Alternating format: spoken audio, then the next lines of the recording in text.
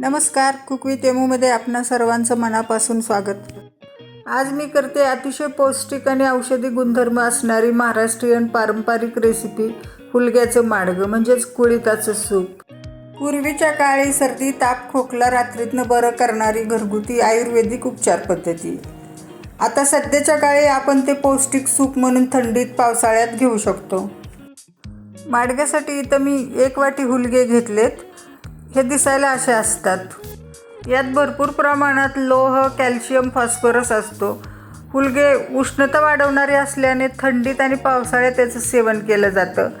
हुलग्यात protein भरपूर प्रमाणात तर फॅट्स कमी प्रमाणात असतात। ते डायबिटीस पेशंटची शुगर कमी करण्यास मदत करतात। हुलग्यातले थोडक्यात औषधी गुणधर्म बघितले। आता माडगं करायला सुरुवात करू। मीडियम गॅसवर कढई तापायला ठेवली, त्यामध्ये हुलगे भाजायला घेतलेत। ते सारखे हलवत राहायचे। हुलगे भाजत आले की त्याचा खमंग वास सुटतो, तडतड आवाज येतो आणि आकाराने थोडेसे मोठे होतात। 4 मिनिटे झालेत हुलगे भाजतोय त्याचा खमंग वास सुटलाय, तडतडच असा आवाज पण येतोय आणि आकाराने थोडे मोठे झालेत। हुलगे भाजलेत, थंड करायला ठेव। हुलगे थंड होण्यासाठी ताटात ओतून घेतलेत। आता ते गरम असल्यामुळे उलटण्यानेच ताटात पसरून घ्यायचे।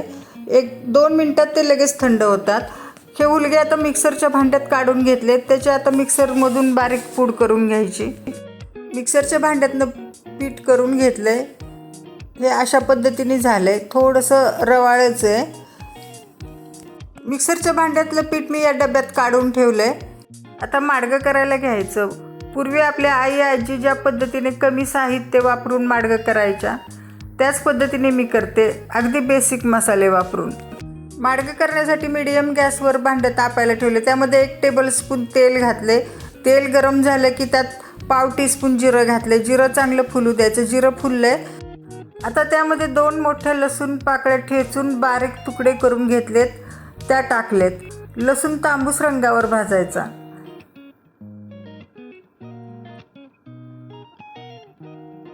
लसूण तांबूस रंगावर झालाय, आता त्यामध्ये थोडासा हिंग घातलाय।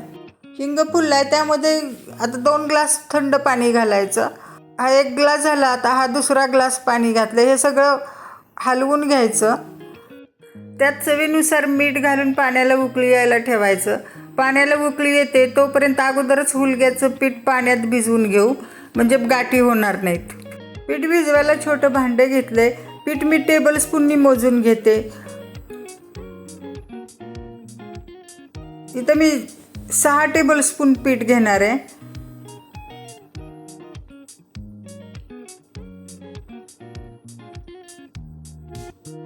हे 6 टेबलस्पून पीठ झाले।